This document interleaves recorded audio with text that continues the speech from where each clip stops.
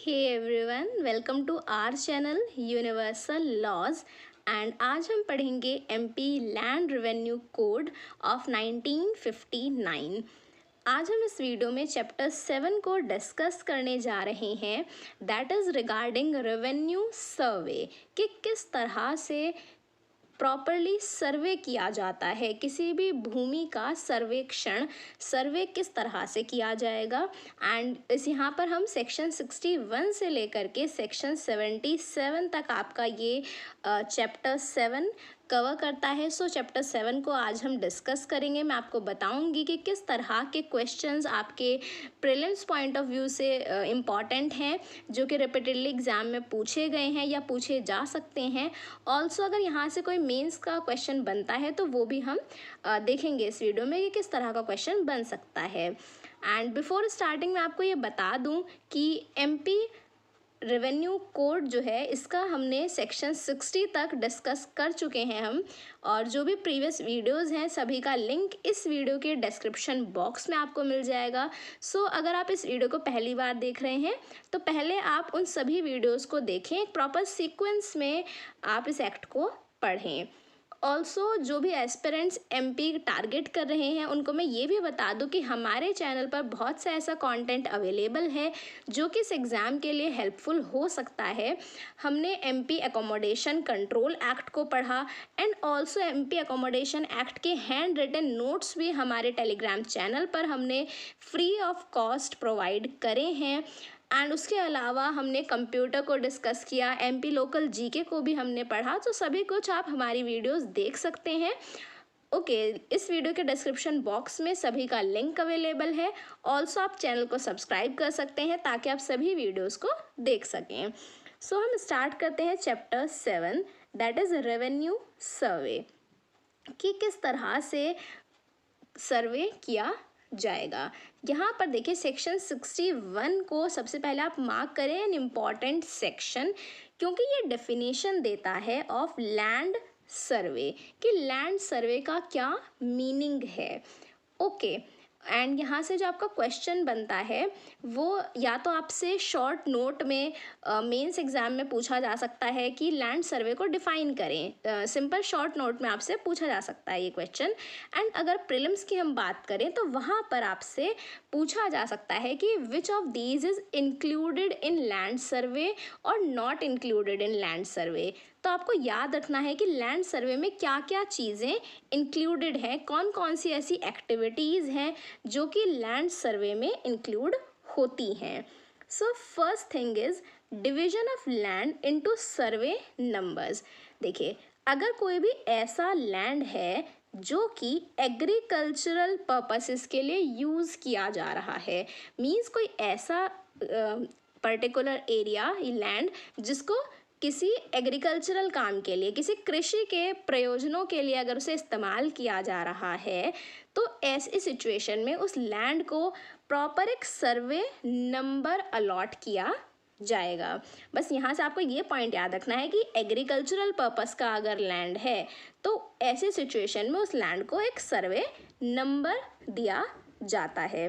Second point आप याद रखेंगे कि अगर कोई भी ऐसा लैंड है जो कि नॉन एग्रीकल्चरल पर्पस के लिए यूज़ किया जा रहा है, मीन्स जो कि खेती के लिए, कृषि के लिए यूज़ नहीं हो रहा, किसी अन्य काम के लिए हम उसका यूज़ कर रहे हैं, तो ऐसे लैंड को एक प्रॉपर प्लॉट नंबर दिया जाएगा।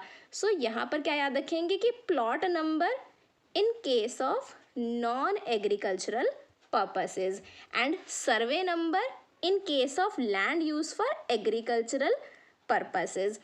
Third point is grouping of these survey numbers and block into villages.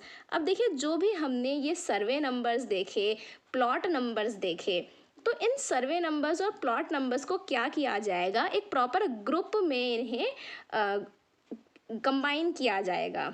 We can say कि इन्हें एक प्रॉपर ग्रुप बनाया जाएगा।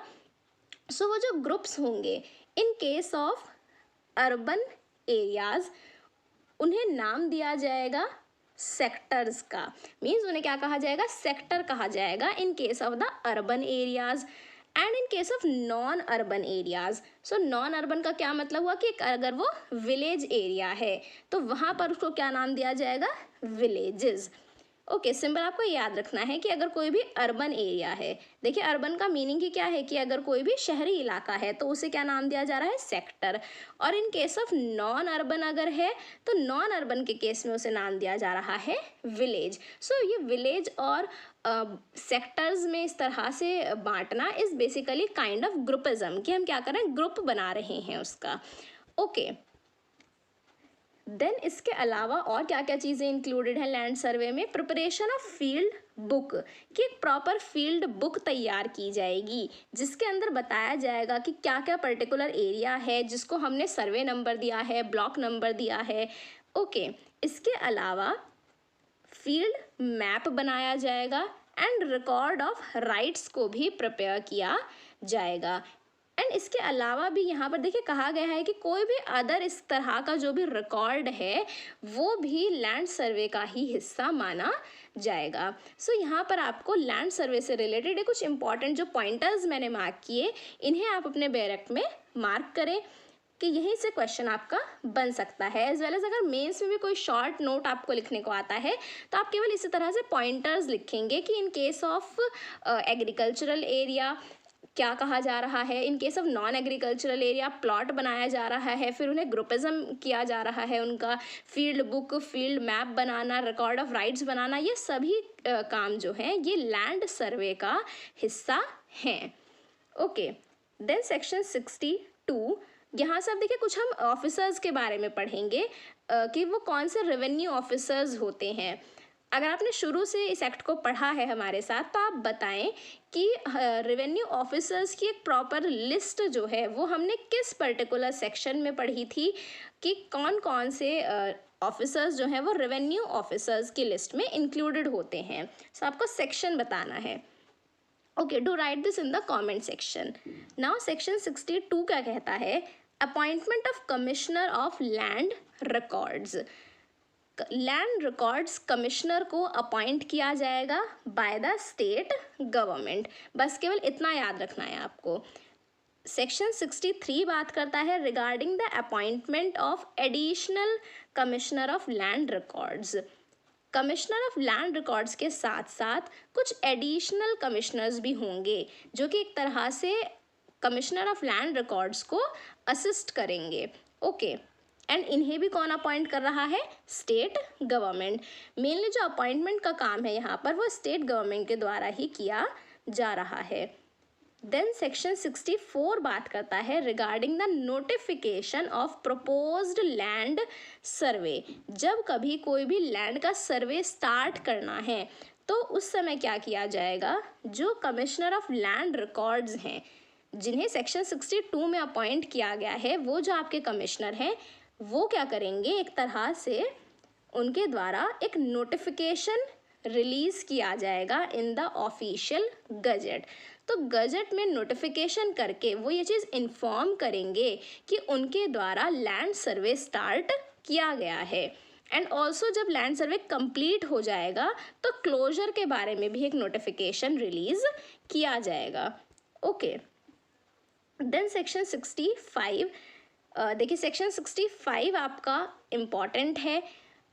जब हमने क्लास ऑफ रेवेन्यू ऑफिसर्स पढ़ा था तो उसी समय मैंने आपको बताया था कि ये जो रेवेन्यू ऑफिसर्स हैं ये कोई अलग से ऑफिसर्स नहीं हैं। जिस समय कलेक्टर के द्वारा या सब डिविजनल ऑफिसर के द्वारा या तहसीलदार के द्वारा कोई भी लैंड सर्वे से रिलेटेड कोई काम किया जाता है तो उस समय इन्हें ही एक तरह से डिस्ट्रिक्ट सर्वे ऑफिसर, डेप्यूटी सर्वे ऑफिसर या असिस्टेंट सर्वे ऑफिसर का दर्जा दे दिया जाता है। देखिए क्योंकि यहाँ पर सेक्शन 65 इसी बात को बताता है कि in respect of land under land survey, जब कभी किसी भी भूमि का अगर भू सर्वेक्षण हो रहा है, उसका सर्वे किया जा रहा है, तो उस समय क्या होगा, उस समय जो भी डिस्ट्रिक्ट के कलेक्टर हैं उन्हें क्या कहा जाएगा, डिस्ट्रिक्ट सर्वे ऑफिसर। जो भी वहाँ के सब डिविजनल ऑफिसर हैं उन्हें क्या कहा जाएगा, deputy survey officer. Third is जो भी आपके तहसीलदार हैं, एडिशनल तहसीलदार हैं या नायब तहसीलदार हैं, इन्हें क्या कहा जाएगा? असिस्टेंट सर्वे ऑफिसर। ओके, आपको ये तीन जो मेन पॉइंट्स हैं इन्हें आप अपने बैरक में हाईलाइट करें। यही याद रखना है कि कौन क्या कहलाया जाएगा। और इसको देखिए, कोई रट्टाफिकेशन की ज़रूरत नहीं है। कलेक्टर आप जानते हैं कि कलेक्टर कहाँ होते हैं? एक पर्टिकुलर डिस्ट्रिक्ट के लिए, तो इसीलिए कलेक्टर को क्या कहा जा रहा है? District survey officer. ओके, इस तरह से इसको याद रखेंगे। देन यहाँ पर एक हायरार्की टाइप भी दिया हुआ है कि जो भी सब डिस्ट्रिक्ट सर्वे ऑफिसर्स हैं वो सबऑर्डिनेट होंगे to that of the commissioner of land records. Means commissioner of land records सबसे ऊपर हो गए, उनके नीचे कौन है? डिस्ट्रिक्ट सर्वे ऑफिसर, जो कि आपके कौन होते हैं? Collector. And then all the deputy survey officers and assistant survey officers in the district shall be subordinate to that of the district survey officer। तो जो भी आपके डिस्ट्रिक्ट सर्वे ऑफिसर हैं उनके सबऑर्डिनेट कौन होगा? जो आपके डेप्यूटी सर्वे ऑफिसर हैं। मीन्स डेप्यूटी सर्वे ऑफिसर और विसे सब डिविजनल ऑफिसर जो थे आपके, वही डेप्यूटी सर्वे ऑफिसर हैं, तो वो, या फिर and also assistant survey officers।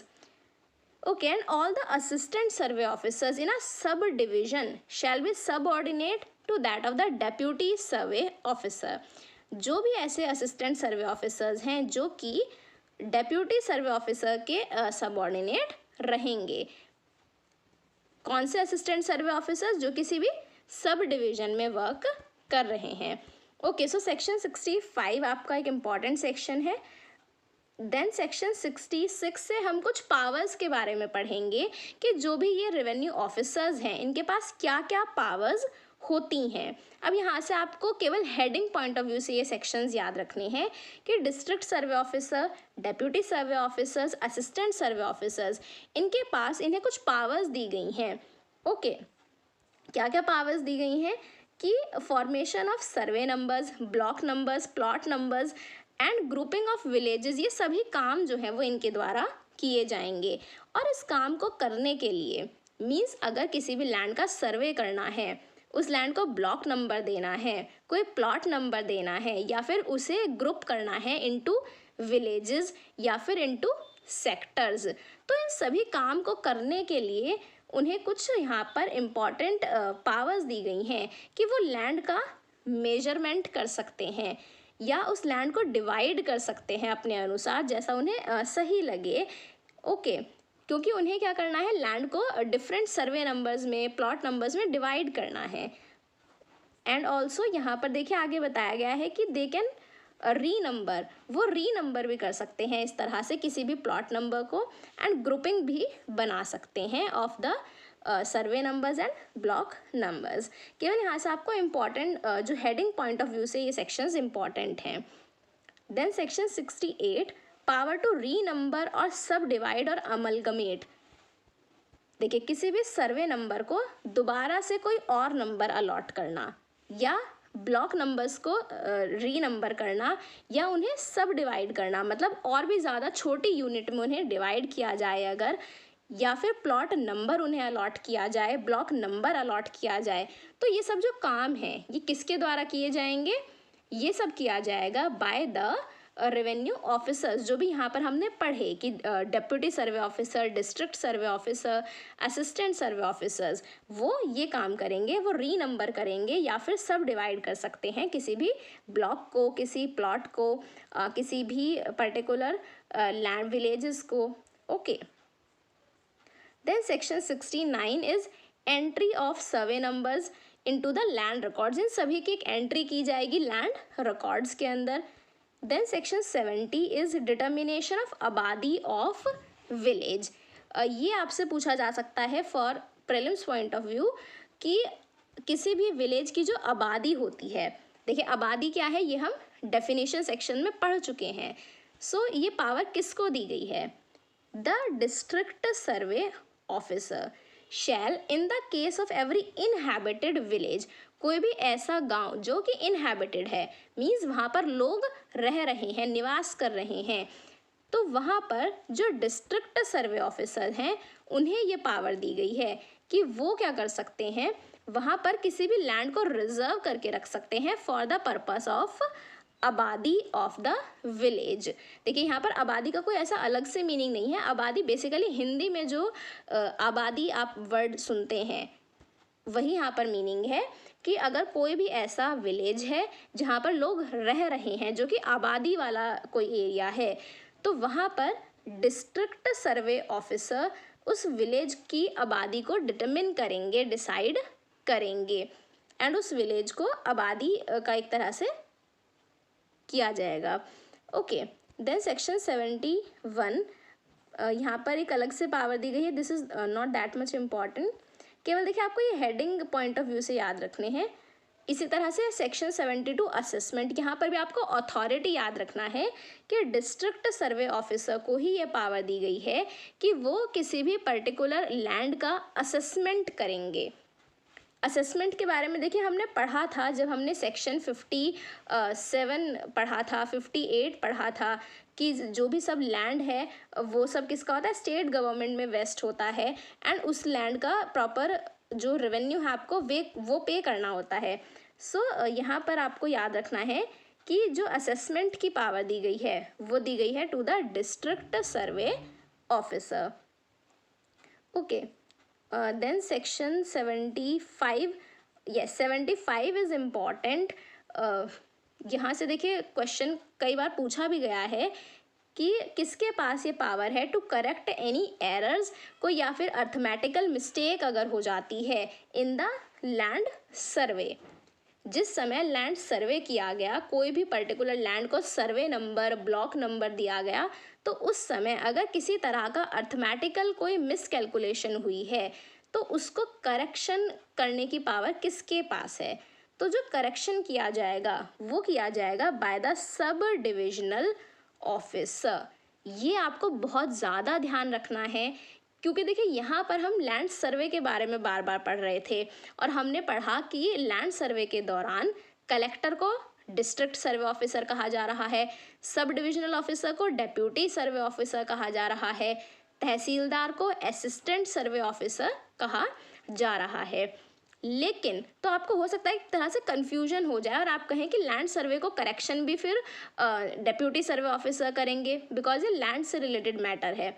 लेकिन आप याद रखेंगे कि यहाँ पर करेक्शन की जो पावर है वो सब डिविजनल ऑफिसर को दी गई है। ओके, सो ये आप इम्पॉर्टेंट याद रखें, इम्पॉर्टेंट पॉइंट। देन सेक्शन 76 भी कुछ खास नहीं है। 77 में आपको याद रखना है पावर टू मेक रूल्स। जो भी कोई रूल्स है वो कौन बनाएगा, स्टेट गवर्नमेंट के द्वारा रूल्स बनाए जाएंगे। जिस तरह से हमने अपॉइंटमेंट्स के बारे में पढ़ा कि अपॉइंटमेंट कौन कर रहा है, स्टेट गवर्नमेंट। सिमिलरली रूल्स बनाने की पावर किसके पास है, स्टेट गवर्नमेंट। ओके, सो देखिए मैंने आपको बताया कि आप ये चीज़ें जो इंपॉर्टेंट पॉइंटर्स हैं इनको अपने बैरक में हाईलाइट करें, मार्क करें और इन्हीं को बार बार पढ़ें। प्रीलिम्स पॉइंट ऑफ व्यू से तो यही पॉइंट्स आपसे बार बार पूछे जाएंगे रिगार्डिंग द अथॉरिटी कि क्या काम करने की पावर किसके पास है, या अपॉइंटमेंट कौन कर रहा है, या क्या क्या चीज़ें लैंड सर्वे का हिस्सा हैं क्या नहीं हैं, या जो भी रेवेन्यू अथॉरिटीज़ हैं लैंड सर्वे के दौरान उनके पास क्या क्या पावर्स होती हैं, वो क्या क्या कर सकते हैं क्या नहीं कर सकते। एंड अगर हम मेंस की बात करें तो मेंस एग्ज़ाम में आपसे सेक्शन 61 के ऊपर कोई शॉर्ट नोट पूछा जा सकता है या फिर रेवेन्यू ऑफिसर्स की जो पावर्स हैं उससे रिलेटेड कोई क्वेश्चन यहाँ पर बन सकता है। So this is all for today. I hope आपको ये वीडियो हेल्पफुल लगा होगा।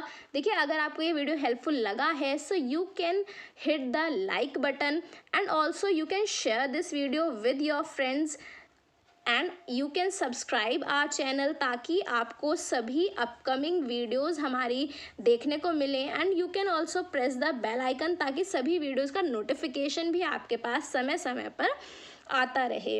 एंड हमारा जो टेलीग्राम चैनल है उसका भी लिंक इस वीडियो के डिस्क्रिप्शन बॉक्स में आपको मिल जाएगा, वहाँ से आप टेलीग्राम चैनल से भी कनेक्ट हो सकते हैं बिकॉज टेलीग्राम चैनल पर आपको काफ़ी नोट्स मिलेंगे जो कि अपकमिंग एग्ज़ाम्स के लिए हेल्पफुल हो सकते हैं।